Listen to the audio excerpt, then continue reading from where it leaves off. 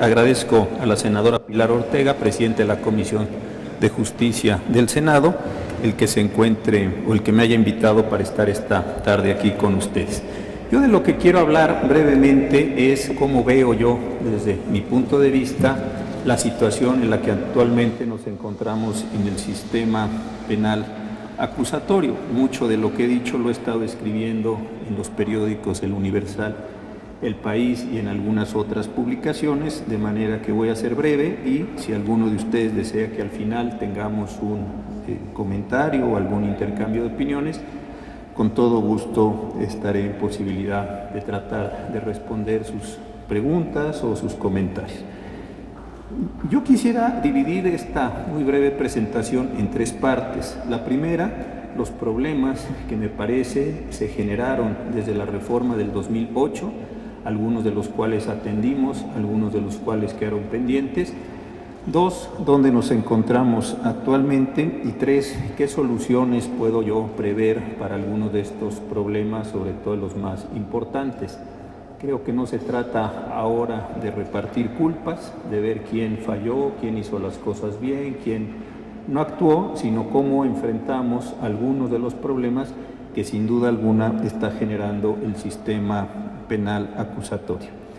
Yo lo primero que observo es que en el año del 2008, cuando se llevó a cabo esta muy importante reforma en materia penal, partimos de un doble eje. Por un lado, recordarán ustedes, el presidente Felipe Calderón presentó en su momento una iniciativa para reformar una parte sustancial de la Constitución, tratando de distinguir, lo voy a llamar de esta manera general, todo lo vinculado, relacionado con la delincuencia organizada.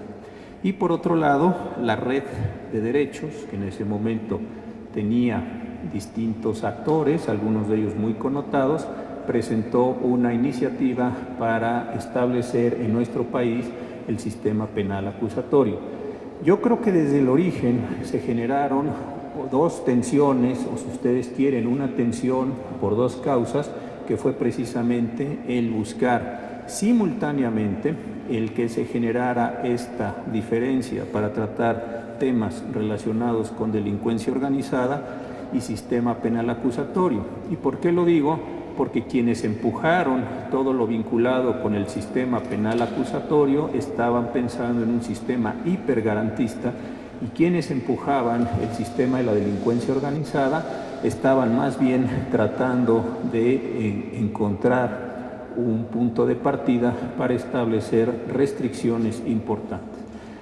Como suele suceder con todos estos ejercicios eclécticos, me parece que se generó una tensión en el sistema y esta tensión también me parece que la hemos seguido manteniendo y la hemos tenido que ir administrando a lo largo de todos estos años.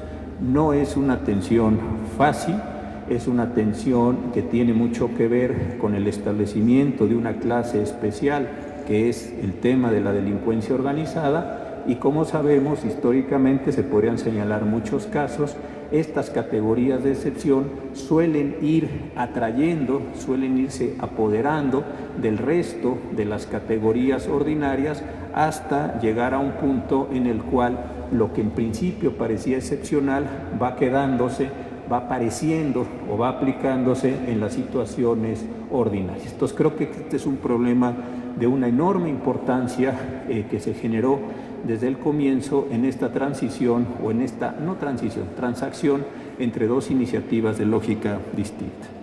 Posteriormente a 2008, y dado que la reforma se planteaba hasta junio del 2016 con su entrada general en vigor, muchos de ustedes saben que en ese momento lo que se presentó fue una ilusión, fue un deseo tal vez de muchas personas que pensaron que iba a haber una contrarreforma.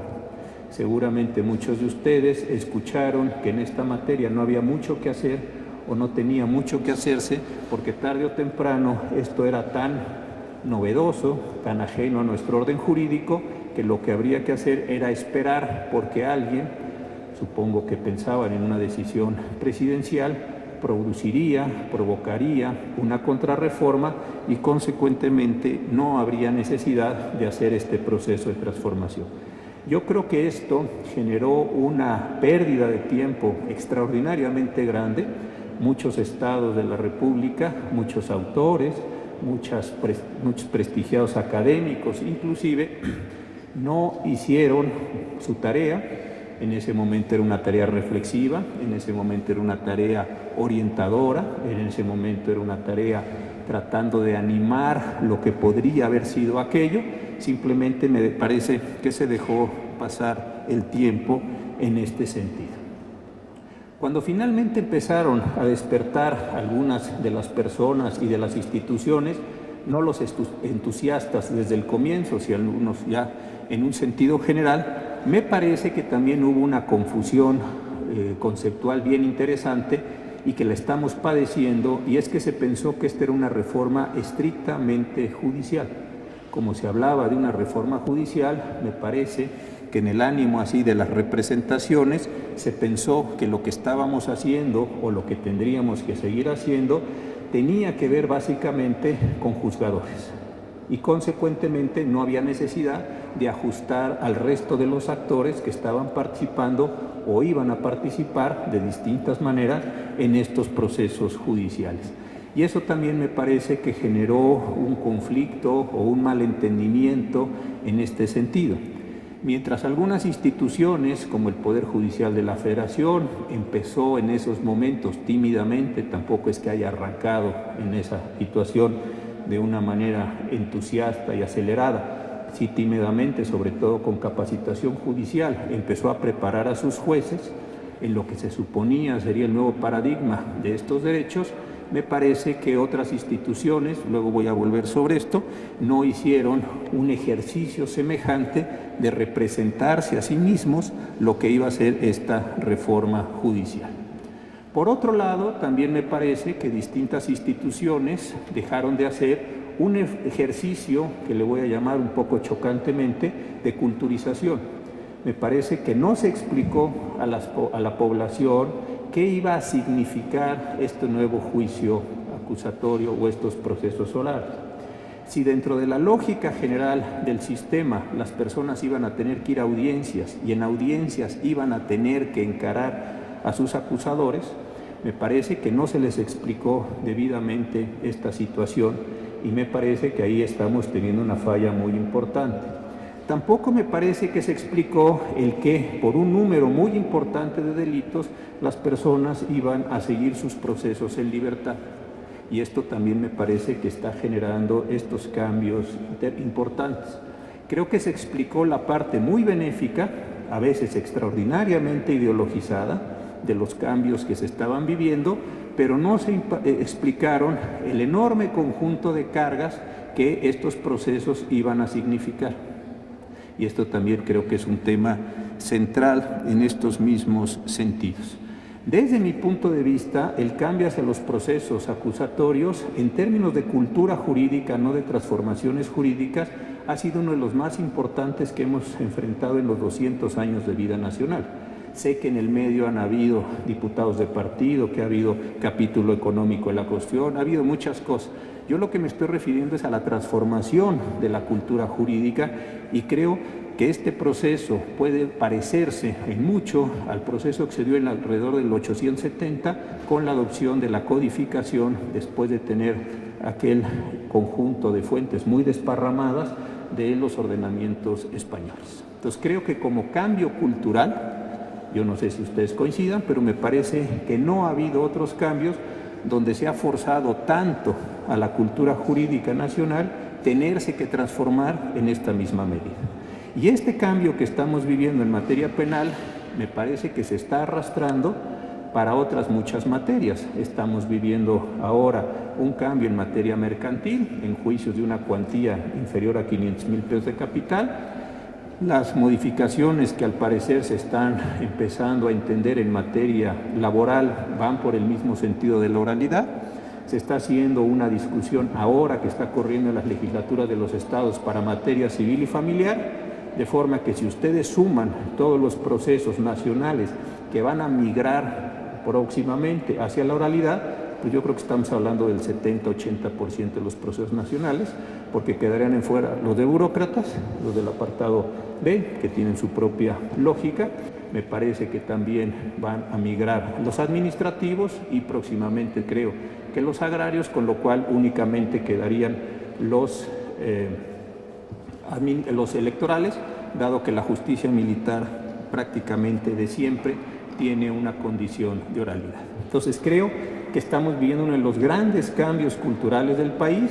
Simplemente estamos viendo las transformaciones penales y no estamos viendo el resto de la forma en que nuestro orden jurídico, nuestra teoría jurídica, nuestra dogmática jurídica, nuestra educación jurídica va a tener que migrar hacia formas completamente nuevas a las que hoy estamos desarrollando. Por si fuera poco este conjunto de cambios, hay que recordar que en junio del 2011 se nos presentaron dos muy importantes transformaciones en el orden jurídico nacional. El 6 de junio de ese 2011 se presenta un caso muy importante, que es la transformación del juicio de amparo. Y el 11 de junio se nos presenta la transformación de uno de los artículos en materia de derechos humanos más robustos de todo el mundo. Consecuentemente, se sabía ya quienes estaban empujando el nuevo Código Nacional de Procedimientos y las reformas en materia penal, que esto que inició en el 2008 como una variable en ese momento, restringida por el 14, 16 y algunos otros artículos constitucionales, iba a intersectar con la reforma constitucional y la modificación al juicio de amparo de junio del 2011. Y esto sí me parece es un asunto central. ¿Por qué razón? Porque si los juicios penales se iban a llevar en una línea de desarrollo, cuando se dice en la Constitución que se reconoce la jerarquía suprema de todos los derechos humanos de fuente constitucional, más todos los derechos humanos que estén reconocidos en cualquier tratado internacional celebrado por el Estado mexicano, en la forma en que lo hubieran interpretado los órganos correspondientes, particularmente la Corte Interamericana de Derechos Humanos, creo que nos apareció un fenómeno completamente nuevo.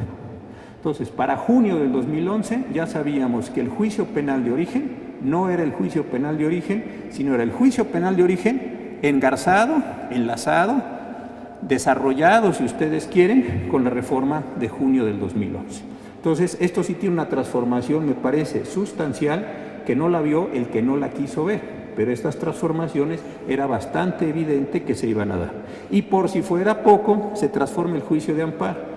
Cambiamos el concepto de interés, ampliamos el concepto de autoridad responsable, cambiamos las formas de tramitación, cambiamos los efectos de la sentencia de amparo, generamos reparaciones en el párrafo tercero del artículo primero. Me parece entonces que había todo un mundo completamente novedoso que se fue incorporando. Muy bien. Esta es desde mi punto de vista la situación general, normativa y fáctica que se nos fue presentando. ¿Qué acontece en la actualidad?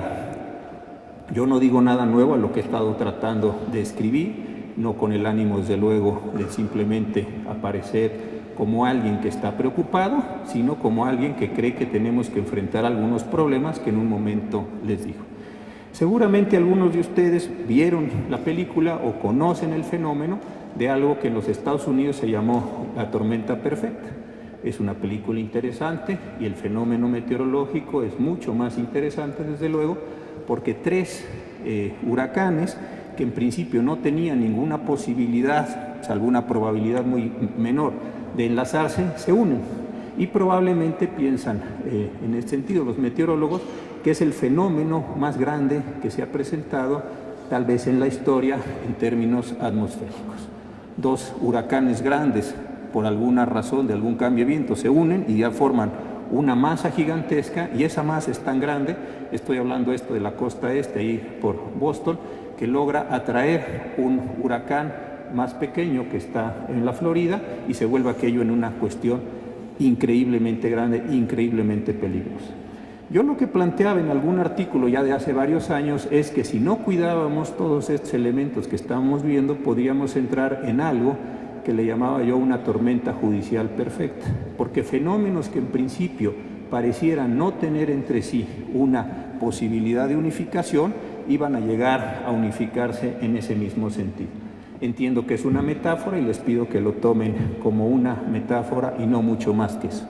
Pero si tuvimos un proceso penal que estaba diseñado, por un lado, para atacar delincuencia organizada o para controlar delincuencia organizada y sus distintas modalidades, y por otro lado, para ser hipergarantista, que es lo que se quería, todo el tema de presunto culpable, todo el tema de las denuncias que en ese momento se presentaron, etcétera. Y por otro lado, se llevó a cabo una reforma en materia de amparo y en materia de derechos humanos de esa envergadura. Lo que nos estábamos dando cuenta es que para el conjunto de operadores que cotidianamente tenemos que enfrentar estos temas de justicia, se nos estaban elevando los estándares. Yo creo que esto es clarísimo.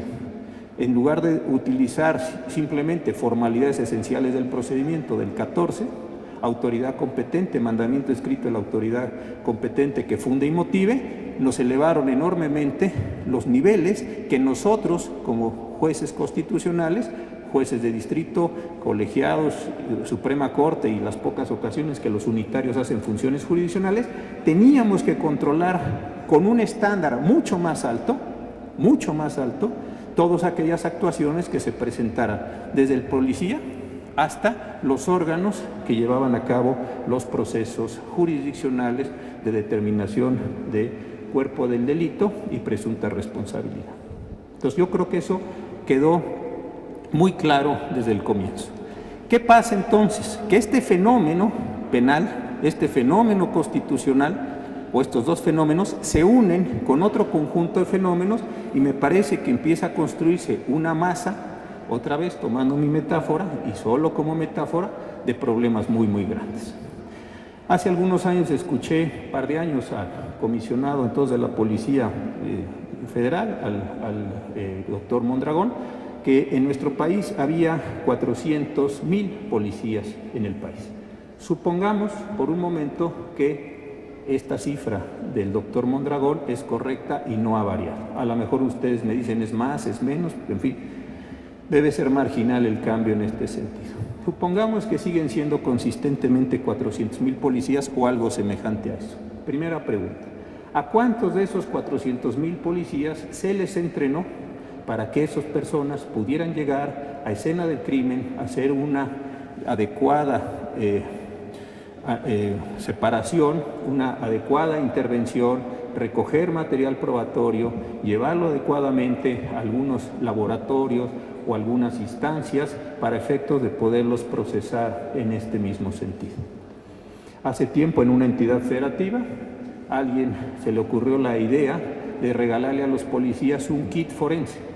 Y a mí la verdad me dio un poco de ternura con respecto a los policías, porque el kit forense consistía en una linterna, una cinta, es decir, una serie de cosas, parecía bastante curioso inclusive, para que estas personas pudieran tomar escena de crimen. Imagínense si ustedes o a mí, que muchos de nosotros tenemos formación universitaria afortunadamente, y nos costaría trabajo saber cómo vamos a accionar en escena de crimen, vamos a darle a personas que tienen una educación de secundaria en promedio la posibilidad, simplemente por la entrega del kit, para que ellos hagan operaciones bastante sofisticadas respecto a escena de crimen, cadena de custodia, etcétera, que después las puedan trasladar a las audiencias en este mismo sentido. Me parece un asunto sumamente complicado. A un año de haber entrado en vigor la reforma, hay una pregunta interesante. ¿Y cuántos de esos 400,000 policías se les ha entrenado hoy, después de un año, para que sepan hacer esas funciones razonablemente bien? Entonces, uno se dará cuenta que cuando lleguen a esas escenas de crimen, cuando quieran mantener una cadena de custodia, les va a costar mucho trabajo poderlo hacer, no porque sean personas indebidas, ni siquiera me estoy refiriendo a actos de corrupción, simple y sencillamente porque no se han dado el tiempo nadie de entrenarlos o de generarles una habilidad nueva. La policía en este país la utilizamos básicamente para ordenar masas humanas. Eso es a lo que los utilizamos. Piensen cuál es la función social de la policía en general en México, para mover masas humanas. Esas personas que hacen esa función, con esos grados de preparación, con esos salarios, etcétera, de verdad son personas que pueden intervenir en esos casos, ahí tenemos un primer problema. Segundo tema, ¿cuántas personas dentro de los cuerpos policíacos pueden llevar a cabo funciones más sofisticadas de investigación? Creo que la respuesta es bastante evidente. Tercera pregunta, ¿cuántos de los servicios forenses que existen a nivel federal y a nivel local están lo suficientemente habilitados como para identificar, describir, aportar, señalar, significar los distintos componentes de una audiencia en materia delictiva? ¿Cuántos laboratorios forenses existen hoy en día? En estados, y todavía hoy existen médicos legistas, hacen autopsias, ganan alrededor de 12,000 pesos y no saben hacer muchas más cosas que autopsias. Entonces, queremos que esos médicos legistas, más allá de lo respetable de su función, vayan a audiencias y sean capaces de sostenerse frente a un abogado que está tratando de demostrar el grado simplemente de duda razonable de la acusación formulada con su cliente. Siguiente tema, ¿cuántos fiscales se han entrenado para que sean capaces de participar en una audiencia dura en un momento contra estas mismas condiciones de acusación? Hace un par de años leí un libro bastante divertido, está en la editorial Marcial Pons, de un profesor italiano de apellido Caro Figlio. El libro se llama El arte de la duda y el libro es interesante y creo que muestra mucho de lo que aquí quiero decir.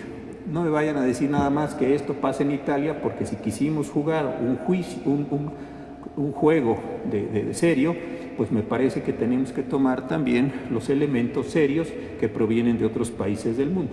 El caso que se presenta en ese sentido es el siguiente. Hay una persona que es acusada de defraudación. Esta persona acusada de defraudación pide que vaya una persona para que atestigue que él, el acusado de defraudación, es un tipo perfecto, buenísima persona, un ser prácticamente angelical. Entonces declara a favor de su amigo y dice que es eso, un tipo fantástico, espléndido, maravilloso, un ser humano como no conocemos ninguno de nosotros a nadie. Cuando termina de hacer su declaración, el fiscal le dice, le voy a hacer una pregunta. Y dice, sí, cómo no. ¿Cuántos coches ha tenido usted en el último año? Hombre, uno. Dice, no, señor, usted en el último año ha tenido 12 coches. No, eso no es así, como no, mire, tuvo un Fiat así, y tuvo un Mazda, y tuvo un lo que sea. Y se los describe con placas y facturas y todo. Muy bien. Oiga, y de esos 12 coches, ¿cuántos ha chocado usted? Ninguno, señor. Bueno, a lo mejor, no, señor, de los 12 coches ha usted chocado 12 coches. Ah, caray. Y de esos 12 coches, ¿cuántos ha chocado contra su compadre que dice usted que es un ser maravilloso? Oh, no, pues, ¿cómo no, señor? Contra su compadre ha chocado 10 veces. Consecuentemente, usted y su compadre compran coches, los chocan y andan defraudando a las aseguradoras. Para que ese señor pueda llegar a esa audiencia y sostener esa acusación, ¿qué tuvo que tener detrás? Pues evidentemente unas bases de datos buenísimas. Sin bases de datos no se puede llegar con ese nivel de preparación, simple y sencillamente, ya no para acusar, sino simplemente para desvirtuar el testimonio de un testigo. ¿Cuántas bases de datos hemos generado en el país en los últimos años para darles oportunidad a nuestros fiscales y a nuestros peritos y a nuestros policías de sostener una acusación en la audiencia? ¿Cuántos? Muy pocos. ¿Por qué? Porque seguimos sin tener bases de datos. Todavía no tenemos un registro de personas desaparecidas. Es bastante más complicado tener esta totalidad de los registros alineados. Entonces, hay también ahí un problema central en la manera en la que se pueden llevar. Y un tema que a mí me parece muy preocupante y que he empezado a escucharlo, ahí sí no tengo ninguna experiencia, salvo en la primera parte lo que voy a decir, no en la segunda, es lo que tiene que ver con los testigos protegidos. En este país durante muchos años utilizamos la idea de los testigos protegidos como testigos anónimos. Eran personas que lo sabían todo, lo veían todo y fueron capaces, según ellos, de sostener acusaciones en 40 procesos diferenciados. Más allá de que el delito se hubiera dado en Tijuana, en Hermosillo o en Yucatán. Choteamos, echamos a perder la figura del testigo protegido, que en realidad era un testigo anónimo porque no se podían dar los datos de estas personas. Hoy en día no tenemos un buen programa de testigos protegidos. ¿Cómo es entonces que podemos proteger a las personas que están dispuestas a ir a audiencia para que en esa audiencia sostengan la condición de acusación y no sean agredidos por la propia delincuencia a la cual ellos mismos están acusando? Entonces, creo que hay problemas operativos muy grandes en las cosas que estamos haciendo. También era bastante previsible saber que como iban los ritmos de delincuencia en el país y como iban los ritmos de impunidad en el país, íbamos a llegar a un momento, como estamos viviendo hoy, que los niveles de delincuencia que iban creciendo y los niveles de poca capacitación que no aumentaban y decrecían se iban a intersectar también en algún momento. Y claro, tenemos hoy una ciudadanía, y yo lo comprendo muy bien, enojada, molesta, irritada por la sencilla razón de que no están encontrando en el sistema de justicia las soluciones que debieran encontrar en este mismo sentido. Pero yo, como decía el otro día, el artículo 19 constitucional que se generó hace ya 9 años y el artículo 165 del Código Nacional de Procedimientos Penales tienen catálogos específicos de delitos. Si no les gustaba que una persona que es detenida, más allá de que hubiera cometido un delito, con la portación de un fusil Barrett, ¿por qué no se puso el delito de portación de armas si eso es lo que en su momento quiso el órgano constituyente o el legislador ordinario? No se les ocurrió poner ni una, ni se les ocurrió poner la otra. Y entonces ahora, cuando se dice que las personas pueden enfrentar por delitos muy graves, y yo lo entiendo, su proceso en libertad, entonces viene una crítica importante a la Suprema Corte de Justicia, como si la Suprema Corte hubiera redactado el artículo 19 constitucional o el artículo 165 constitucional. ¿Qué es entonces lo que estamos haciendo? Ir acumulándole todavía más tensiones al problema que estamos viviendo. Y entonces aquí voy a acabar con la situación presente. ¿Dónde estamos hoy en la situación presente? Pues en un conjunto de acusaciones de que si lo que está mal es el constituyente o el legislador o las policías o los fiscales o los peritos o los jueces o los defensores o los litigantes o los ministros o quienes apoyaron la reforma en su origen. Es decir, alguien, como toda buena teoría del chivo expiatorio, alguien tiene que pagar por los errores, los defectos y los maltratos de la sociedad. Yo pienso que en esto hay dos caminos. Uno, que me parece muy poco útil y práctico, es seguir hablando de esto y viendo quién es el culpable y seguirnos buscando en términos de acusaciones. Si los jueces somos profundamente garantistas, o si los jueces somos unos ingenuos, o si los policías son incompetentes, o me parece que podemos hacer esto, pasarnos aquí varios años en esta discusión y nos pasará lo que tantas veces nos ha pasado en la historia nacional, que es simple y sencillamente estarnos lanzando reproches. La otra, que me parece mucho más inteligente y de verdad más madura, es que tratemos de identificar con seriedad no quién falló, sino qué problemas estamos enfrentando y una vez identificados, cómo los componemos. Este me parece que es un problema de la mayor importancia y sí de la mayor velocidad. Yo voy a poner un solo ejemplo de lo que yo creo que se podría hacer y así lo dejo para abrir esta sesión de comentarios. La Procuraduría General de la República, hasta donde yo entiendo, y la última vez que vi la cifra, tiene 26 especialidades forenses, 26. Fotógrafo forense, químico forense, patólogo forense, médico forense, odontólogo forense y todo lo demás que ustedes quieran, hasta 26. La pregunta es, y voy a poner esta, no a la Procuraduría General ni a lo de los estados, simplemente el número de especialidades. Si hoy en día sabemos que hay 26 especialidades forenses, en Estados Unidos son muchas menos, vamos a pensar que son 10, pero quedémonos con ese número 26 para complicar todavía mi ejemplo. ¿Qué hacemos en este momento? ¿Seguimos pensando si falló el A o el B o el C o todos y en fin, o qué hacemos?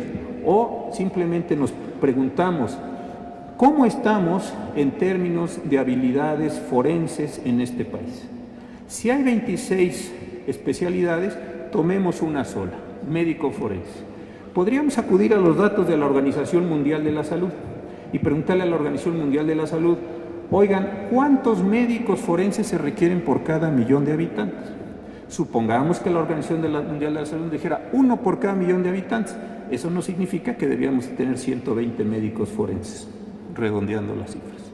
¿No sería mucho más fácil identificar jóvenes egresados con capacidades técnicas, con exámenes de confianza, capacitarlos en medicina forense, con unos fondos federales, ahora que se va a aprobar el presupuesto de egresos de la Federación, y después mandarlos a los lugares importantes en donde esas tareas se tienen que realizar? Y lo mismo con odontólogos, patólogos, químicos, físicos, fotógrafos y todo lo que ustedes quieran. La otra, insisto, es no ver ese problema donde nos están faltando peritos, donde nos están faltando gente que sepa hacer las cosas, sino simple y sencillamente sí, pues son A o B o C. Yo lo que temo es que si no entramos de una forma práctica, de una forma directa, sino simplemente seguimos construyendo este discurso de las acusaciones, pues dentro de 2 años la cosa social no parece mejorar, la cosa jurídica tampoco parece mejorar y tendremos una sociedad mucho más lastimada, mucho más agraviada en este mismo sentido. Entonces parecería lo importante ahora, y me parece muy bien la propuesta que cuando me hizo favor de invitarme la senadora Ortega platicáramos, es sentarse, no a estarse insultando y diciéndose cosas, pues eso no tiene sentido. O si se quiere como catarsis inicial, que a veces es buena, durante los 20 primeros minutos de la reunión, pues que las personas se digan lo que se tienen que decir, pero ya en el minuto 21 que las personas se pongan a construir, las catarsis a veces son buenas, pero en el minuto 21 o en el 31 o en el 61, en fin, lo que ustedes quieran decir, muy bien. Entonces ya nos dijimos lo que no tienen, venga, entonces ahora ¿cómo vamos a ir para adelante? Creo que si no hacemos de verdad algo de este calibre, sí nos vamos a meter en problemas. Yo termino con esto, no soy muy partidario en principio de empezar a revisar y empezar a generar cambios constitucionales y legales. Tampoco soy quien para oponerme, yo no soy legislador. Pero no me parece que esa fue la filosofía del 2008. Si no, vamos a empezar con el catálogo del 19 y del 165 como la media aritmética, donde hoy son 2, mañana 6, mañana 8, y llegaremos a un momento en el cual lo que habremos hecho es prácticamente impedir que todos los delitos, o más bien lograr que todos los delitos sigan en prisión. Yo no creo que es una muy buena lógica, pero es una posición personal, y yo insisto, no soy legislador, y esto es una decisión, me parece, de la mayor importancia. Pero si eso se va a hacer, más allá de si yo estoy de acuerdo o no en eso, sí creo que habría que tener una revisión general de la política penitenciaria. Los informes que presenta la CNDH, que presenta Elena Saola, en fin, algunas personas están dedicadas a investigar eso, nos dicen que las cárceles están llenas. Entonces, si vamos simplemente a mantener con todas las adecuaciones, la idea de metamos a la cárcel a todos en la preventiva, porque tampoco tenemos la forma de comprobar los delitos o el catálogo de delitos que está concebido es sumamente restringido, creo que había que hacer más cosas que simplemente aumentar esta condición en el 19 y el 165. ¿Cuál es la política penitenciaria que tenemos en el país? ¿Cuántas prisiones se están creando? ¿Cuántas celdas estamos pudiendo tener? ¿Cuántas personas podemos proyectar que van a ir a esas prisiones? Me parece algunos problemas. Y hay algunos de carácter muy técnico, señalo uno solo, podría señalar otros, pero uno solo, que es lo que está en el artículo 173 de la nueva ley de amparo. Este artículo dice, fíjense ustedes, en los juicios del orden penal se considerarán violadas las leyes del procedimiento con trascendencia a las defensas del quejoso, apartado A, para el sistema de justicia penal mixto, lo cual pues no hace más que copiar prácticamente lo que estaba en la legislación anterior. B, sistema de justicia penal acusatorio y oral. ¿Qué está produciendo esto? Que se consideren violadas las leyes del procedimiento. Creo que cuando se redactó el apartado B no se tuvo en cuenta la condición de oralidad. De veras, por una violación previa a la audiencia, ¿se va a reponer el procedimiento incluida la audiencia? Nada más se las dejo de ese tamaño el problema. ¿Cuándo se cierran las etapas en el procedimiento oral? ¿Cuáles violaciones sí trascienden, como decimos en el lenguaje del amparo? ¿Cuáles no trascienden y no tienen posibilidad de reposición del procedimiento? Si vamos a suponer que los juicios orales son como los antiguos juicios escritos, donde se puede reponer, es que no hemos entendido nada del problema de la oralidad y me parece que vamos a introducir unas distorsiones gigantescas. Por ejemplo, este apartado B del 173 de la Ley de Amparo, yo creo que no fue concebido con toda claridad porque se reprodujeron las categorías del viejo juicio sin darse cuenta que estábamos en un proceso completamente diferencial.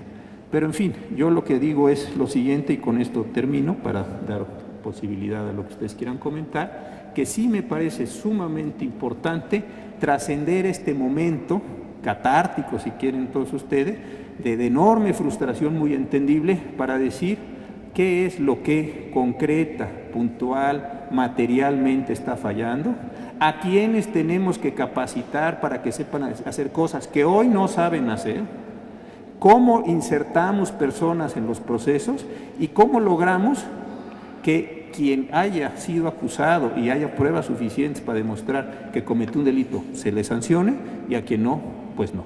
Y me parece que debía ser la discusión que debiéramos iniciar ahora, más que, insisto, seguir discutiendo si es contrarreforma, si no es. Yo creo que eso no nos va a llevar a nada, nos va a hacer perder mucho tiempo, vamos a volver a gastar dinero porque ya conocemos cómo funcionan estas cosas, vamos a hacer un diagnóstico para ver de qué tamaño es el animal, que esa es la frasecita que ahora se utiliza, se gastan ahí millones de pesos, tardan 2 años y al final más o menos nos dicen lo que ya sabíamos acerca del animal. Entonces creo que valdría muy bien la pena que empezáramos a buscar soluciones a estos casos. Muchas gracias.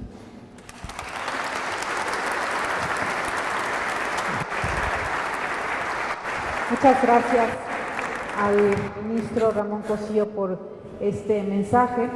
Y bueno, como él mismo lo comentó y lo mencionamos al inicio, pediríamos una primera participación de alguien que tuviera alguna pregunta. Por ahí están los micrófonos para que lo hagan directamente al ministro. Gracias. Gracias y buenas tardes. Ministro, lo felicito, su gran capacidad de resumir todo lo que estamos viviendo. Gracias, señor. Y tengo una pregunta de esa parte primera que trató usted sobre ese choque que se dio, por un lado, este sistema garantista impulsado en varias materias, incluyendo la penal, y por otro, la delincuencia organizada, el combate.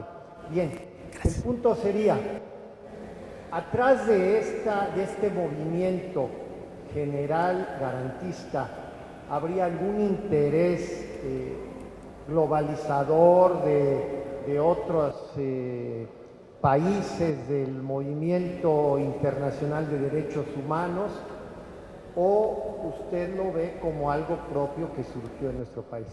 Gracias. ¿De una vez o tomamos varias? Sí, vamos a tomar 3 participaciones para que el ministro las pueda contestar todas. Adelante, por allá atrás. Buenas noches, mi nombre es Samantha Fonseca, soy defensora de derechos humanos de personas privadas de su libertad. Para nosotros, como grupo social, primero que nada celebramos y felicitamos todas las acciones que ha hecho usted desde la Suprema Corte, sobre todo con un tinte de sensibilidad ahora sí que a favor de las personas privadas de su libertad. Porque si bien es cierto, muchas de las personas que hoy siguen privadas de su libertad no tienen un proceso justo, no tuvieron un proceso justo. Tuvieron una infinidad de violaciones de derechos humanos al debido proceso, vivieron tortura al momento de la detención y hasta hoy en día, como no fue mencionada, porque al interior de los centros penitenciarios existían las represalias, ellos tenían miedo de mencionarlos en los expedientes y hoy no se les hace válida, aunque tengan el protocolo y todo en positivo. Para nosotros creo que es muy importante que exista una modificación a las leyes que se enfoque en la investigación judicial, porque si bien es cierto el proceso no tiene un acto de inconstitucionalidad, el proceso judicial tiene todas las agravantes que llevaron hoy en día a personas privadas de su libertad a seguir presas bajo un antiguo sistema penal acusatorio, ¿no? Entonces, mi pregunta es, ¿qué podríamos hacer en conjunto? ¿Cómo podríamos coadyuvar? Aquí tenemos voces de familias que vivimos la cárcel con ellos, ¿no? Porque para nosotros es importante, para ellos es un día menos, para las personas privadas de su libertad, es un día de vida menos, para nosotros es un día más, pero no tienen esa sensibilidad de conocer en carne propia lo que es vivir la prisión como nosotros. Muchas gracias. Gracias. Hay atrás una tercera pregunta. Ministro Samuel González. Simplemente una pregunta. Si el Código Penal es el que establece los tipos penales y las leyes especiales que establecen los tipos penales, el artículo 16 y 19 de la Constitución, cuando hablan de delincuencia organizada o las conductas que se encuentran en el artículo 19, ¿son delitos? ¿O de qué está hablando el artículo 19 de la Constitución? ¿De géneros de conductas? Porque los tipos penales están establecidos en el Código Penal. Luego entonces, por ejemplo, si se habla de que merece prisión preventiva oficiosa el homicidio, ¿está también incluido el feminicidio o no? ¿Verdad? O sea, si tenemos géneros de delitos en el 19 o géneros de conductas, alguien podría interpretar que es correcto que quede el feminicidio sin necesidad de tocar la Constitución. Sí, muchas gracias a las tres preguntas. Mire, yo creo que intereses globalizadores respecto del derecho siempre ha habido. Yo me supongo que en el siglo XIX, cuando queríamos tener globalizaciones, cuando teníamos ese proceso globalizador y ese proceso codificador de los años 70, me debe parecer que algunas de las potencias empujaron bastante, lo que se llamó la primera globalización, la adopción en este país de reglas generales. Me parece que debe haber sido sumamente difícil hacer negocios en este país, en minería, petróleo, telegrafía, etcétera, con las viejas leyes españolas. Entonces, me parece que esos intereses globalizadores han existido siempre. La forma en la que, por ejemplo, a finales de los años, a comienzos de los años 80, empezamos a migrar, si entramos en la Organización Mundial del Comercio, o teníamos también la posibilidad de adoptar los órganos que hoy son constitucionales autónomos como órganos reguladores para extraer la política, me parece que siempre han tenido esa idea globalizadora, ¿no? Hay países, usando la terminología tradicional, hegemónicos, donde tienen mayores posibilidades de ir imponiendo ciertas formas de resolución de los temas. Otro caso muy reciente e interesante es el arbitraje, en fin, podríamos señalar mucho. Yo creo que en este caso sí lo hay. Yo lo que insisto, por eso lo mencioné de pasada, no estamos viviendo solo la oralidad penal, estamos viviendo un tránsito muy grande hacia la oralidad. La penal ya está, la mercantil ya está, el 26 de febrero del año que entra tiene que estar la laboral y luego se está discutiendo una oralidad civil y familiar. Yo por eso decía, si tomamos y sumamos todos esos asuntos, yo creo que estamos hablando de un porcentaje 75-80% de la oralidad. Los militares, yo decía, ya está, no veo problema para que los juicios agrarios, más allá del enorme problema documental que tienen, migren, tampoco los administrativos. Creo que por sus tiempos la única justicia que se quedaría medio afuera sería la electoral, porque sería muy difícil estar desahogando audiencias con estos tiempos. Entonces creo que en unos próximos años, a lo mejor este país vive una plena o una mucho mayor oralidad en estas mismas materias. Esto me parece que es sí, creo que tiene mucho que ver con estos mismos procesos. Entonces, la respuesta sería sí. Ahora, tampoco, más allá de condiciones hegemónicas, etcétera, pues también nosotros lo quisimos adoptar, lo llevamos a Constitución, lo desarrollamos bien allí, o mal, en fin, lo que sea, y me parece que estamos migrando hacia esos procesos. Entonces, ¿cuáles son las soluciones? Es decir, ahora nos acabamos de dar cuenta que este era un proceso hegemónico y nos echamos para atrás, o tratamos de corregir, ya que nos metimos, cada quien le puede parecer que está bien o mal, pero ya estamos metidos en esta inercia, entonces creo que hoy lo que toca es decir, bueno, ¿cómo le vamos haciendo, no? Y este me parece que es un tema central. En esta casa se tiene que aprobar antes del 26 de febrero el código, la nueva legislación laboral. Yo creo que resulta muy difícil con el capítulo procesal de la Ley Federal del Trabajo llevar a cabo los juicios laborales. Yo creo que va a tenerse que hacer, digo el nombre como cualquier otro, Ley Federal de Procedimientos Laborales o de Procesos Laborales, para que sepamos cómo comportar. Y luego viene una muchísimo más delicada, que es la civil. ¿Por qué razón? Porque el Código Federal de Procedimientos Civiles es supletorio casi de todo. Ley de amparo, ley... Bueno, entonces, si eso queda mal, eso sí es el desastre, Eso sí es el desastre. ¿Por qué? Porque ahí sí, todos, cada vez que no encontramos disposición, recaemos en el Código Civil y entonces migrar hacia un código de oralidad, yo creo que es un trabajo técnico de enorme importancia. Ya que estoy aquí en esta casa tan importante, ojalá que le den un transitorio larguito para que se pueda hacer un buen Código Federal de Procedimientos Civiles, dado su carácter supleto, pero en fin, ese fue un comercial que me permití dar en este caso. Bueno, el segundo tema que dice usted, señora, y muchas gracias por la pregunta, yo creo que sí hay un problema con lo que hacemos los jueces, y lo que hacemos los jueces, francamente, está sujeto a muy poco escrutinio público. La academia casi no escribe sobre nuestras sentencias.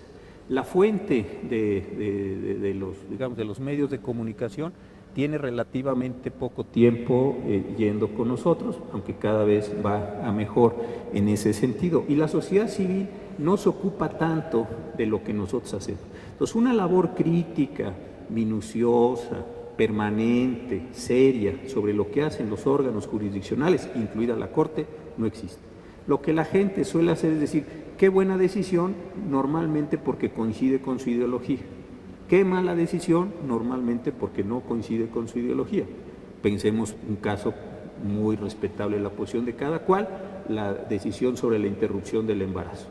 Entonces, para los que están en una posición que les parece bien o no, al menos no reprochable eso, qué buena decisión tomó la Corte. Para quienes no, qué pésima decisión. Oiga, usted ya leyó la decisión, no, pero me parece espantoso.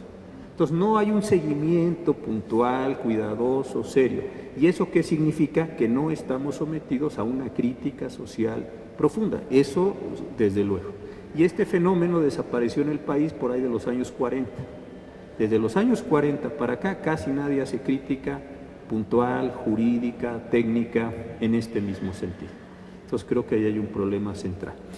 Y eso sí me parece que debía ser un trabajo permanente, ¿no?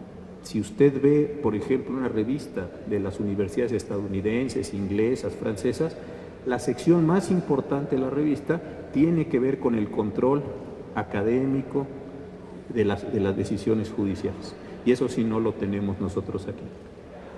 Nosotros tenemos el canal judicial, tenemos algunos otros medios, pero es más en términos de divulgación de la cultura por parte de nosotros que un control social sobre nuestras propias decisiones. Y esto creo que es central. Y en tercer lugar, la pregunta que me hace don Samuel, yo creo que son delitos, es mi impresión. Entonces, la idea del feminicidio que sé que está presentado, está considerada en una cuestión, a lo mejor es una idea pues importante en términos de una reivindicación de género, pero a lo mejor técnicamente no es tan relevante, pues porque un feminicidio presupone un homicidio.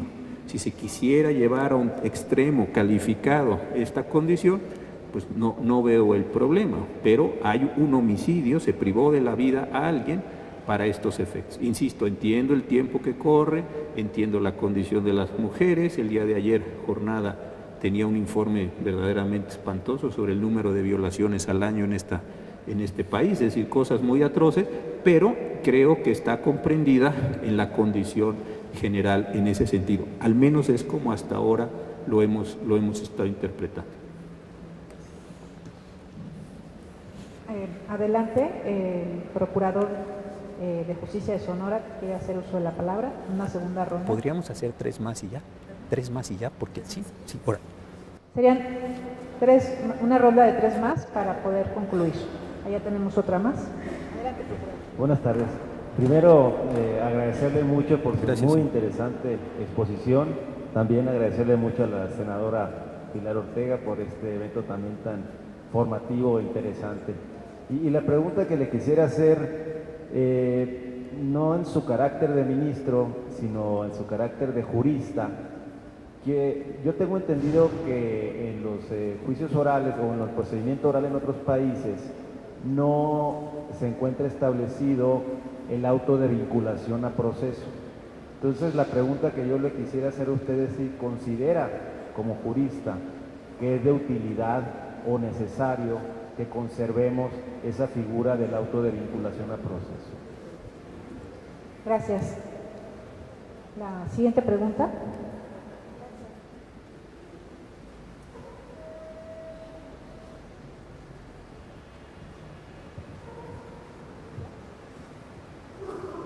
Ya. Perdón, ministro. Buenas tardes, Daniela García. Ministro, A lo largo de las mesas que hemos escuchado el día de hoy, hubo una cuestión que me llamó mucho la atención y fue una propuesta específicamente de PGR sobre la posibilidad de desarrollar una codificación nacional única del Código Penal sustantivo. Quisiera yo saber cuál es su opinión al respecto. Y otro tema que me interesaría saber, habló usted de los servicios forenses, de la poca calidad que hoy tienen. Se ha planteado incluso desde el Senado de la República la posibilidad de dotar de autonomía a estos servicios forenses. Quisiera también saber cuál es su opinión. Gracias. La última pregunta. Por ahí levantaron la mano. Sí, bueno, buenas tardes. Mire, usted es ministro, ¿no? Yo soy el papá de una niña que la acaban de matar aquí en la Ciudad de México, en la cisterna, ¿sí? Y es muy triste que desgraciadamente ahorita, yo como padre perdí a una de mis hijas, 17 años, tenía todo un futuro por delante, ¿no? Entonces, mi pregunta es, si nosotros como ciudadanos tenemos que seguir manteniendo a bastantes delincuentes y en vez de ponerlos a mantenerlos, ¿por qué no los ponemos a trabajar? Porque también por ahí se deriva mucha corrupción y desgraciadamente la gente que sale del reclusorio o son remisos, salen a delinquir otra vez y lo ven tan fácil que es un doble negocio, ya sea aquí afuera o allá adentro, ¿no? Y yo como ciudadano también estoy de acuerdo que tienen que ponerle algo a la prevención de los reclusorios porque no son preventivos, son escuelas de delincuencia y ahí también hay que meterle mano estricta y dura para que estos señores que están viviendo de nosotros también tengan que pagar por lo que ellos hacen. Gracias.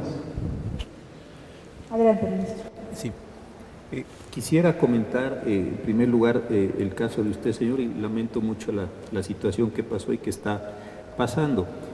Técnicamente, déjeme decirle así, la situación, para poner a trabajar a esta persona, más allá de si eso está o no, tendríamos que haberle impuesto el... No se oye, ¿verdad?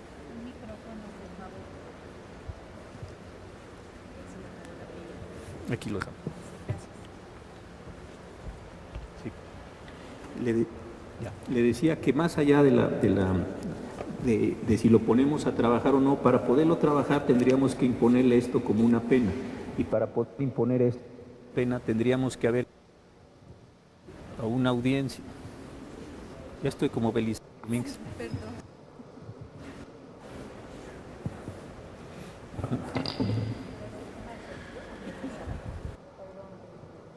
Va a ver que este sí funciona.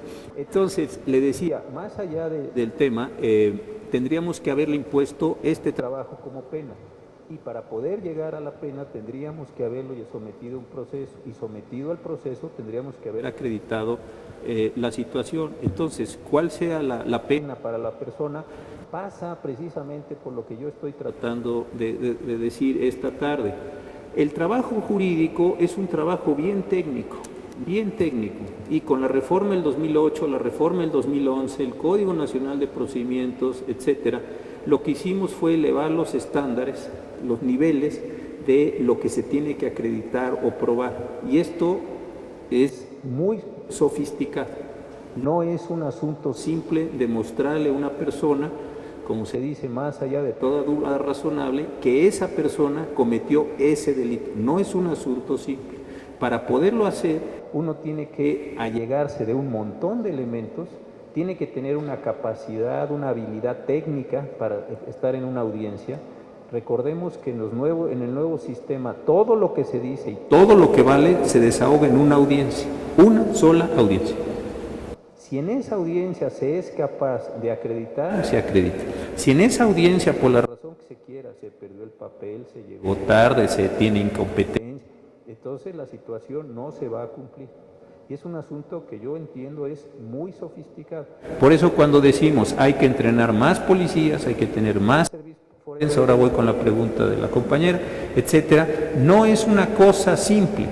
Mire, yo he puesto un ejemplo ahí, yo doy clase, y luego les pongo el ejemplo. Imaginemos todos nosotros por un momento que fuéramos pilotos de un avión pequeño, que nos tocara llevar gente de aquí a Morelia o de aquí a Querétaro, en fin, alguna ciudad relativamente cerca. Como estamos entrando en la empresa, pues lo que va a hacer la empresa, pues nos va a dar un avión chico, nos va a mover gente, un número pequeño. Un buen día vamos a suponer que fuéramos nosotros grandes pilotos, y nos van a decir, ahora va a ir un vuelo de aquí a Nueva York, o de aquí a París, o de aquí a Madrid, son sus vuelos más largos. ¿Qué tendría que hacer la compañía con nosotros? Como somos súper listos y somos muy buenos pilotos, nos sube mañana en un avión de estos grandes, pues la probabilidad que lo choquemos y matemos un montón de gente en el vuelo es bien alta, porque no sabemos hacer eso. Sabemos volar, pues sí, pero un avión relativo. ¿Qué va a hacer una compañía, como suelen ser las compañías aéreas responsables? Nos va a llevar un entrenador de vuelo y nos va a tener horas y horas y horas y nos va a simular que se cae, que se rompe, que se quiebra, que se poncha, un montón de posibilidades. Cuando crean que estamos en capacidad, nos van a subir de copilotos con otro sujeto. Él sí sabe ya volar. Y después de varias horas y errores, nos van a soltar el avión. Más o menos le suena, ¿no?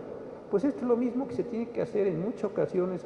Hay que entrenar y reentrenar y ponerlos en talleres y ponerlos a practicar y observarlos y dejas que se observen y etcétera, y etcétera, y etcétera. Esto para mí era lo que se debía haber hecho en 8 años. Para esto eran los 8 años. No para contemplar cómo pasaban los días. Esto es lo que se debe ver en 8 años. Entrenar y reentrenar. A ver, otra vez, vuelva. No, otra vez y otra, hasta que le salga bien. Sale un sujeto competente a las audiencias, sale otro sujeto a las audiencias, etcétera, etcétera, etcétera. Esto es lo que a mí me parece.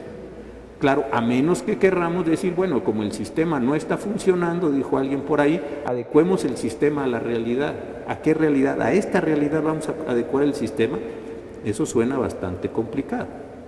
Entonces, lo que tenemos que hacer es entrenar gente, en mi ejemplo muy bobo lo entiendo, de cómo saben hacer cosas nuevas para las que se puso en toda la ley que esas cosas nuevas tenían que hacerse. Creo que este es el problema central que estamos viviendo. Ahora, en cuanto a lo que decía el señor procurador, muy inteligente su pregunta, porque me quiere desdoblar entre jurista y ministro. Pero eso es imposible, porque lo que yo diga aquí, mañana va a decir que el ministro, mismo que diga, sí andaba en un problema ahí de esquizofrenia y estaba actuando. No, eso no es verdad. No, pero yo sí, tampoco. Entonces yo creo que el asunto está en que tampoco le encuentro mucho caso a este auto de vinculación al proceso. Francamente, así dicho rápido, para no meterme en más líos de los que ya me metió usted, así nomás lo dejo en este caso. Tercera pregunta que hace usted. El Código Nacional de Procedimientos Penales.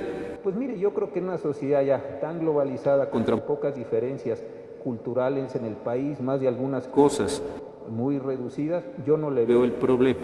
Lo que sí observo es que puede haber problemas, y esto no lo digo yo, ya se ha explorado bastante, con cierto tipo de delitos que distintas legislaturas de distintos estados, por razones que tienen esas legislaturas o por ciertas posiciones que tienen ciertos estados, les va a costar mucho trabajo aprobar. Y entonces esto puede generar una discusión muy grande. Ya sabemos cuáles son los casos. El caso de la interrupción del embarazo, hay estados que les parecerá que está eso muy bien, hay estados que no van a poderlo lograr. Entonces vamos a entrar en una dinámica como muy compleja en este caso. Entonces creo que eso en este momento nos atora mucho. Y a mí algo que sí me preocupa es que le estamos haciendo muchos cambios simultáneamente en los poderes judiciales. Muchos cambios, ¿eh? Imagínense lo que es hoy administrar estos juicios. Insisto, tenemos que migrar ya a tribunales penales. Ahí estamos como vamos pudiendo, a los mercantiles.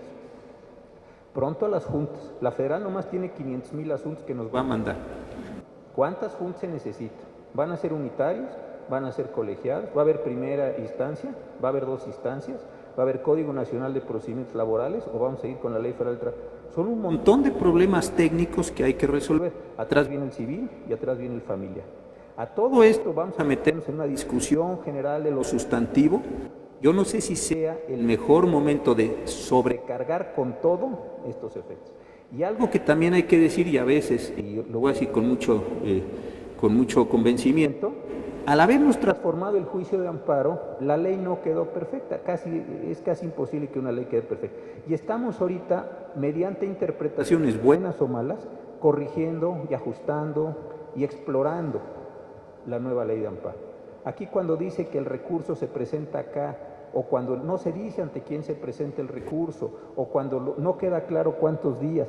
Estamos rehaciendo, tampoco esto es heroico, simplemente es cotidiano, estamos rehaciendo una parte del código que tiene sus problemas. Entonces, a eso le vamos a generar un nuevo sistema. Bueno, se puede.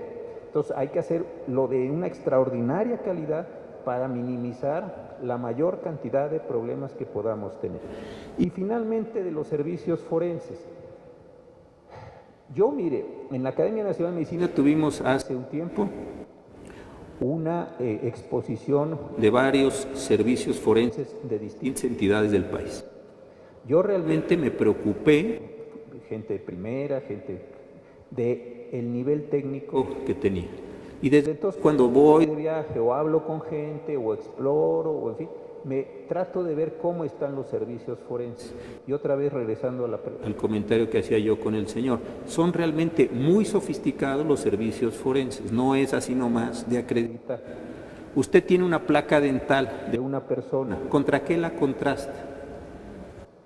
Yo traigo una placa, oiga, esto hay que contrastarlo contra una base de datos, si no, no tiene ningún sentido, no voy a tocar puertas, no sé ni qué. Entonces, es muy complejo rehacer o tratar de hacer y de construir todo eso. Desde luego hay que empezar. Entonces, en la parte de los servicios forenses sí me parece que necesitamos tener una enorme capacidad, porque muchas de las pruebas hoy con las cuales se puede condenar a una persona son pruebas científicas, no son pruebas testimoniales, ni son un documento, ni este tipo de cosas. Se puede acreditar en una audiencia científicamente que la persona estuvo, no estuvo, hizo, no hizo, dejó. Eso tiene un componente científico muy alto. Consecuentemente, el sustento de todo eso, eso es forense. Y usted tiene del otro lado un abogado que su honorario depende de encontrar la libertad de esa persona. Consecuentemente, es una pelea feroz, ferocísima.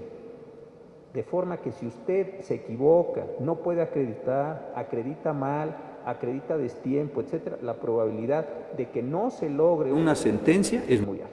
Entonces, ahí hay un componente bien difícil. Y la última cuestión de las autonomías que usted me pregunta. A mí me dan, mire, por un lado me parece un mundo muy interesante lo autónomo, pero por otro lado he visto muchas cosas que son autónomas que con relativa facilidad pierden la autonomía. Estoy en una situación, no por tratar de no contestar, muy dudoso de la condición de autonomía. A veces preferiría que estuviera en un órgano respecto al cual fuera posible generar responsabilidades y no el órgano autónomo. Y a veces, también se lo digo con toda franqueza, creo que debiera tener autonomías precisamente para que no se contamine y tenga una condición completamente autónoma en ese sentido. Entonces, como ve, no le estoy contestando nada. Estoy yo mismo en una posición de enorme ambigüedad, ¿no? Le podría decir cualquier cosa y yo me voy, pero no tengo una posición clara. Como a veces pienso, porque nadie me pregunta, que es A, o a veces pienso que es B, creo, así ya poniéndola, que podría ser una condición de autonomía, pero muy bien construida la autonomía, muy bien construida la autonomía, que no significa necesariamente ciudadanización, porque luego también tenemos ese fetiche de que como es ciudadano es bueno, como es público es malo, como si todos los públicos fuéramos unos seres ahí espantosos y todos los privados fueran unos seres maravillosos. Tampoco me parece que funcionen así las cosas, ¿no? Entonces creo que con un diseño fuerte, en condiciones de autonomía, esto podría tener alguna funcionalidad.